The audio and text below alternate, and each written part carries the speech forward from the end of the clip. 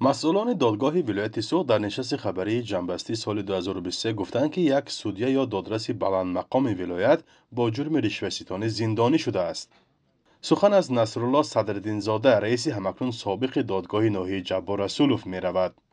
سودی اولیس محکوم کردن با ماده 319 قسم 3 با 5 سال محروم ساختن از آزادی، یعنی که گرفتن پاره با مبلغ یعنی خش در 3000 دلار.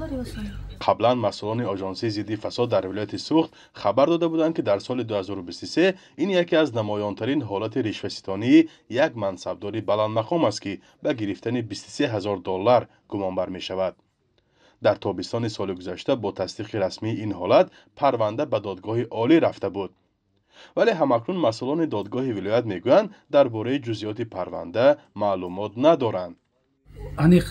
اون شخص چی کردار صادر کرد، برای چی محکوم شده، حکمی و ما به دسترس نیست. تنها میدونیم که همین خاراکتری کرپسیونی داشتن، حرکتاش بودن، هم از وظیفه آزاد شد، هم محکوم شد.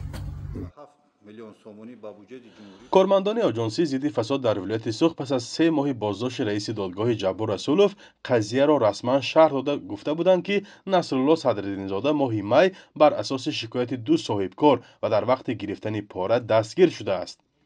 این 2 صاحبکار به قاچاق و ساختکاری متهم می شدند و به گفته مسئولین آژانسی رئیس دادگاه برای کم کردن جزا از آنها پاره طلب کرده است.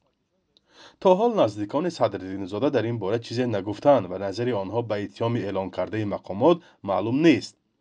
نصرالله صدرالدین زاده در ماه فوریه سال 2020 به وظیفه رئیس دادگاه ناحیه جبار رسولوف تعیین شده بود. پیشتر در منصب معاون رئیس دادگاه ناحیه سپیتامین کار کرده است.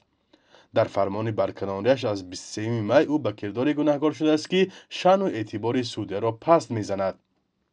خبرنگاران تابستان سال گذشته در نشست مطبوعاتی رئیس دادگاه عالی تاجیکستان از شیر محمد شاهیان پرسیدند که دست به جنایت زدن دادرس‌ها بیانگر چیست؟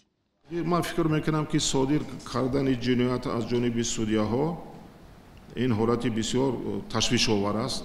این اساساً کمبودی رهبریت سودیوری است. هنگام انتخاب و جابجا کردن کادرها، نظارت کردن فعالیت کاری آنها، از مد نظر دور ماندن کردارهای غیر قانونی آنها. و همزمان افزود دست به جنایت زدن چند دادرس نمیتواند باور مردم را به قرار درست دادگاه‌ها کم کند. کارشناسان میگویند در نظام دادگاهی تاجیکستان عامل‌های فساد زیاد به نظر میرسد و این به قرارهای دادگاهی بی تاثیر نخواهد ماند. در بیشتر از 10 سال اخیر زیاده از 30 دادرس را به گناه پس زدن شأن و اعتبار سودیه از کار راندند. مقامات هیچ وقت این عباره را شرح ندادند، اما بعضی از این دادرس‌ها به اتهام رشوه‌گیری محکوم شدند. در دادگاه‌های تاجیکستان 443 دادرس کار می‌کنند و همه آنها را رئیس جمهور تعیین و برکنار می‌کند. کمیسیون بین‌المللی حقوقشناسان می‌گوید معاش کمی دادرس‌ها در تاجیکستان زمینه را برای کروپسیه فراهم می‌کند. فرزان محمدی، رادیو آزادی، شهر خوجند.